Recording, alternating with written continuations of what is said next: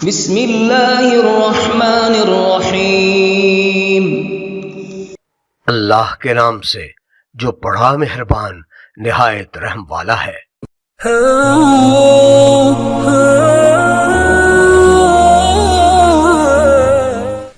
بسم اللہ والصلاة والسلام علی رسول اللہ۔ محترم سامعین و ناظرین، السلام علیکم ورحمۃ اللہ وبرکاتہ۔ امید ہے کہ آپ سب بخیر و عافیت ہوں گے۔ اللہ تعالیٰ آپ سب کو اپنے حفظ و امان میں رکھے۔ آج ہم پھر ایک بار آپ کے سامنے حاضر ہوئے ہیں ایک نیا سبق لے کر، جس کو ہم تختی نمبر 3 سے جانیں گے، اور وہ ہے حرکات۔ حرکات کن کو کہتے ہیں؟ حرکات کہتے ہیں زبر، زیر، پیش، ان تینوں کو ہم حرکات کہتے ہیں۔ اور جس حرف پہ اوپر زبر لگتی ہے اس کو کس طرح ادا کرنا ہے، اور جس کے نیچے زیر لگتی ہے اس کو کس طرح ادا کرنا ہے، اور جس کے اوپر پیش لگتا ہے اس کو کس طرح ادا کرنا ہے، اس ویڈیو میں انشاءاللہ بالتفصیل آپ کو سمجھائیں گے، آپ کو بتائیں گے اور ادا کر کے بھی دیں گے کہ ان حرفوں کو ہمیں کس طرح ادا کرنا ہے۔ اور ایک اور بات آپ ذہن نشین کریے یہاں پہ کہ حرفوں کو کس طرح ملانا ہے، کس طرح ان کو جوڑنا ہے، وہ بھی انشاءاللہ آپ اس ویڈیو میں ہم انشاءاللہ آج آپ کو بتانے والے ہیں۔ تو حرکات کہتے ہیں زبر، زیر، پیش، ان کو ہم حرکات کہتے ہیں۔ زبر، زیر، پیش کو حرکات کہتے ہیں۔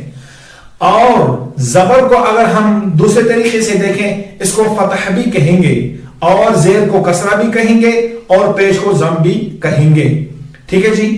تو حرکات زبر، زیر، پیش کو کہتے ہیں۔ جس حرف پر حرکت ہوگی، جس حرف پر حرکت ہوگی تو اس کو متحرک کہیں گے، چاہے زبر ہوگی، چاہے زیر، اور چاہے پیش۔ جو بھی حرکت کس حرف پر ہوگی اس حرف کو متحرک کہیں گے۔ جو یہ متحرک حرف ہے، جس کے اوپر زبر ہے یا زیر ہے یا پیش ہے، اس کو جلدی پڑھنا ہوتا ہے، اس کو کھینچنا نہیں ہوتا ہے، کچھ بھی اس کی آواز جو ہے لمبی نہیں کرنی ہوتی ہے۔ جس طرح ہم پڑھیں گے با زبر با، با زبر با نہیں پڑھیں گے، با زیر بی، با زیر بی نہیں پڑھیں گے، با پیش بو، با پیش بو نہیں پڑھیں گے۔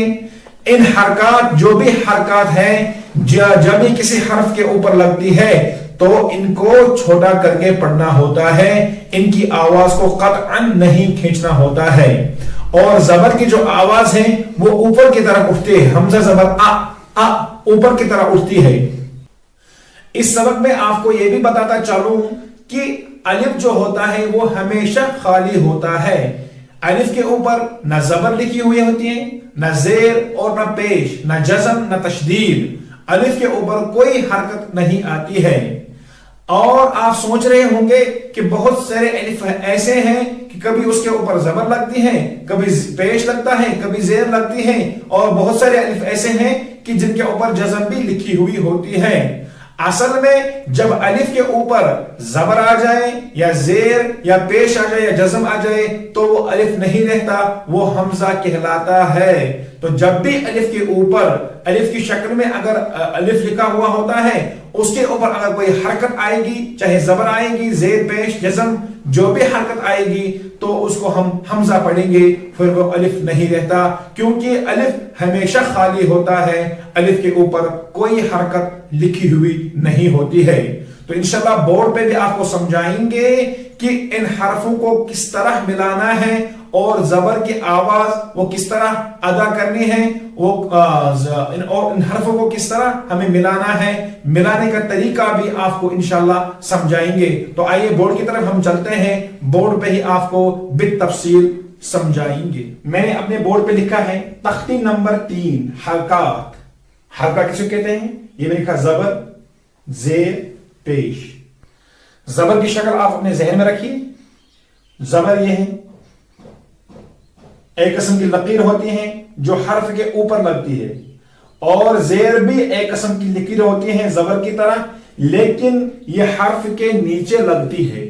پیش یہ واو کی طرح لکھا ہوا ہوتا ہے، جس طرح واو ہوتا ہے لیکن واو بڑا لکھا ہوا ہوتا ہے، اور پیش جو ہے چھوٹا لکھا ہوا ہوتا ہے۔ تو یہ بھی حرف کے اوپر لگتا ہے نہ کہ نیچے۔ زیر جو ہے صرف نیچے لگتی ہے، زبر اور پیش یہ اوپر لگتے ہیں۔ ٹھیک ہے؟ تو حرکات زبر، زیر، پیش، ان کو حرکات کہتے ہیں۔ اگر ہم الگ الگ لیں گے، زبر کو الگ نام دیں گے، زیر کو الگ اور پیش کو الگ، تو زبر کو ہم کہیں گے حرکت، زیر کو ہم کہیں گے حرکت، پیش کو ہم کہیں گے حرکت، ٹھیک ہے؟ لیکن اگر تینوں کو ملا کر کہیں گے تو جمع کا صیغہ استعمال ہوگا حرکات، حرکات، ٹھیک ہے؟ یہ ہمیں الف لکھا ہے، ابھی تک یہ الف ہے کیونکہ کوئی حرکت نہیں ہے. جب ہم اس کے اوپر زبر لکھیں گے تو یہ ہو گیا حمزہ زبر آ. اب یہ الف نہیں ہے کیونکہ اس کے اوپر حرکت آ گئی. الف ہمیشہ خالی ہوتا ہے، ٹھیک ہے؟ اس کے بعد ہم لیں گے با، تو ہم پڑھیں گے حمزہ زبر آ، حمزہ زبر آ، با زبر با، با زبر با، تا زبر تا، تا زبر تا، جیم زبر جا، حا زبر حا، حا زبر حا. اس طرح ان حرفوں کو ہمیں پڑھنا ہے، ادا کرنا ہے، ٹھیک ہے وغیرہ. اب ہم اس کو کہیں گے حمزہ متحرک، یہ اس کو کہیں گے ہم با متحرک، اس کو کہیں گے تا متحرک، اس کو کہیں گے ثا متحرک، اس کو کہیں گے جیم متحرک، کیونکہ ان حروف کے اوپر حرکت آ گئی، ان کو ہم کہیں گے متحرک. اب ٹھیک ہے، اب ملانے کا طریقہ میں بتاؤں گا کہ ان کو کس طرح ملانا ہوتا ہے، ٹھیک ہے؟ اس کا آپ بہت خیال رکھیے گا، کیونکہ ملانے کے وقت اکثر لوگ غلطی کرتے ہیں، وہ تمام حروف پہلے پڑھتے ہیں کلمے کے، تو پھر ان کو وہ نہیں ملا پا رہے ہیں. تو ہم پہلے جو ہے ملانے کا طریقہ آپ کو بتائیں گے، سمجھائیں گے کس طرح ہمیں کلمے کو ملانا ہے، ان حرفوں کو آپس میں جوڑنا ہے. تو ملانے کا طریقہ کس طرح ہے؟ یہاں پہ میں نے لکھا ہے دال زبر دا، ٹھیک ہے؟ اس کے بعد میں نے لکھا ہے را زبر را، اس کے بعد میں نے لکھا ہے سین زبر سا. اس طرح نہیں کرنا ہے، ہمیں کرنا ہے دال زبر دا، تو دا کی آواز ہمیں یاد رکھنی ہے دا، ٹھیک ہے؟ اس کے بعد ہم نے پڑھا را زبر را، را کی آواز ہمیں یاد رکھنی ہے، ٹھیک ہے؟ تو دال کی آواز جب ہم نے یاد رکھی دا، اور را کی آواز بھی ہم نے یاد رکھی را، تو ہمیں کیا کرنا ہے دا را، دا را. پہلے ان دو کو ملانا ہے، سب کو نہیں ملانا ہے، پہلے ان دو کو ملانا ہے، دا را، دا را. اس کے بعد ہم پڑھیں گے جب یہ دو آوازیں ہمیں یاد رہیں گی تو ہمیں کیا کرنا ہے سین زبر سا، سین زبر سا، داراسا، داراسا، داراسا. ٹھیک ہے، آسان ہو گیا ملانا، جو ہے بہت آسان ہو گیا. لیکن ہمیں اس طرح اگر ہم جب ملائیں گے تو یہ آسان ہے، اگر ہم سب کو ایک ہی ساتھ ملائیں گے تو یہ آسان نہیں ہے.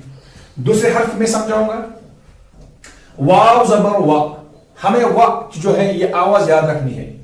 اس کے بعد ہم پڑھیں گے دال زبر دا، دا کی آواز ہمیں یاد رکھنی ہے، وا دا، وا دا، وا دا. عین کو ہم نہیں پڑھیں گے فی الحال ہم ان دو کو پڑھیں گے، وا دا. پھر ہم ان کے ساتھ عین کو ملائیں گے، عین زبر ا، تو ہو گیا ودع، ودع، ودع، ودع. ٹھیک ہے جی. لیکن یہاں پر ایک اور بات میں آپ کو بتاتا چلوں، وہ یہ ہے کہ ان کو الگ الگ نہیں پڑھنا ہے، دا را سا، دا را نہیں، اس طرح نہیں کرنا ہے، یا با دا ا نہیں، پھر ایک ہی ساتھ ان کو پڑھنا ہے، دا راسا، دا راسا، ودع، ودع. آپ کو یاد ہوگا کہ پہلے سبق میں نے کہا تھا کہ را کو ہمیں پر پڑھنا ہے، یہاں پہ را کے اوپر زبر ہے، ان کو پر پڑھنا ہے، اس کو ہمیں پر پڑھنا ہے. دال کو ہمیں باریک پڑھنا ہے، سین کو باریک پڑھنا ہے، لیکن بیچ میں جو را ہے اس کو ہمیں پر پڑھنا ہے، دا را سا، دا را سا، دا را سا، دا را سا. اسی طرح ودع ہم نے اس کو ہجا پڑھا، اس میں ہجا ہم نے اس کو پڑھا، تو ہم ودع کو پڑھیں گے. یہ تینوں حرف ہمیں باریک پڑھنے ہیں، ودع، ودع، ودع. اسی طرح ہم لکھیں گے عبدا، پڑھیں گے اس کو، تو عین پہلے پڑھیں گے عین زبر آ، آ کی آواز ہم یاد رکھیں گے، آ. اس کے بعد ہم پڑھیں گے با زبر با، با کی آواز ہم یاد رکھیں گے. عین کی بھی آواز ہم نے یاد رکھی اور با کی بھی آواز ہم نے یاد رکھی، ہو گیا آبا، آبا، آ با. اس طرح نہیں کرنا ہے، آ با الگ الگ نہیں کرنا ہے، ان کو ملانا ہے، جوڑنا ہے آپس میں. تو ہم پڑھیں گے آبا، آبا. تو اس کے بعد ہم ملائیں گے اس کے ساتھ دال، دال زبر دا، آبادہ، آبادہ. ایک ایک کر کے ہمیں حرف کو ملانا ہے. ان کی آوازیں پہلے ہم جو ہے ان کی یاد رکھنی ہے اور اس کے بعد ہمیں ان کو ملانا ہے. یہ بھی ہمیں باریک پڑھنا ہے. آبادہ تینوں حرف. اس کے بعد کاسابہ، کاف زبر کا کی ہم آواز یاد رکھیں گے. سین زبر سا کی آواز ہم یاد رکھیں گے. ہو گیا کاسا، با زبر با، کاسابہ، کاسابہ. تینوں حرف باریک پڑھنے ہیں. کاسابہ، کاسابہ. اور الگ الگ بھی نہیں پڑھنا ہے. کا سا با، کا سا با، یہ نہیں کرنا ہے بلکہ کاسابہ، کاسابہ. اور بالکل نرم آواز سے پڑھنا ہے. نرم آواز، سختی بالکل نہیں کرنی ہے. اس کے بعد اور ایک حرف میں نے لکھا ہے، کلمہ لکھا ہے داخولہ، داخولہ. دال زبر دا، آواز یاد رکھیں گے. خو زبر خو، آواز یاد رکھیں گے. ہو گیا دا خو، دا خو. خو کو ہمیں پر پڑھنا ہے، موٹا پڑھنا ہے. دا خو، دال کو باریک پڑھنا ہے. دا خو، دا خو. لام زبر لا، دا خولا. دال کو ہمیں باریک پڑھنا ہے، خو کو پر پڑھنا ہے اور لام کو باریک پڑھنا ہے. ہو گیا دا خو لا. یہ الگ الگ ہے. اب ہم جب ملائیں گے، ملا کر پڑھیں گے اس کو. دا خولا، دا خولا، دا خولا. ٹھیک ہے. آخر میں ہم نے لکھا ہے با لا غ، با زبر با، لام زبر لا. ہو گیا با لا، با زبر با، با کی آواز یاد رکھنی ہے. لام زبر لا، لا کی آواز یاد رکھنی ہے. ہو گیا با لا، با لا. اور آخر میں ہمیں غین پڑھنا ہے اور غین کو بھی ہم نے پر پڑھنا ہے. ہو گیا غین زبر غ، بالا غ. با باریک، لام باریک، غین پر. بالا غ، بالا غ، بالا غ. با لا غ، یہ بالکل غلط ہے، اس طرح نہیں پڑھنا ہے. با لا غ بالکل غلط ہے، نہیں پڑھنا ہے، بلکہ ہمیں پڑھنا ہے بالا غ، بالا غ، بالا غ. ٹھیک ہے. تو ملانے کا طریقہ بھی آپ کو سمجھایا میں نے، اور کس طرح ان کو ادا کرنا ہے یہ بھی آپ کو میں نے سمجھایا. تو انشاءاللہ جو امید ہے کہ آپ کو یہ ویڈیو اچھا لگا ہوگا، سمجھ میں آیا ہوگا، اور حرفوں کو ملانے کا طریقہ آپ کے ذہن میں اچھی طرح آیا ہوگا. آپ اپنے گھر پہ مشق کیجئے، حرف کو کس طرح ملانا ہے. انشاءاللہ آپ یہ ترتیب یاد رکھیے، آپ آرام سے اپنے گھر میں ملا سکتے ہیں. تو اگلی ویڈیو میں ہم انشاءاللہ ملیں گے، آپ کے سامنے آئیں گے زیر کو لے کر. تب تک ہمیں دیجیے اجازت، اور اپنی دعاؤں میں یاد رکھیے گا، اور اس ویڈیو کو ثواب کی نیت سے آگے شیئر کرتے جائیے گا. السلام علیکم ورحمۃ اللہ وبرکاتہ.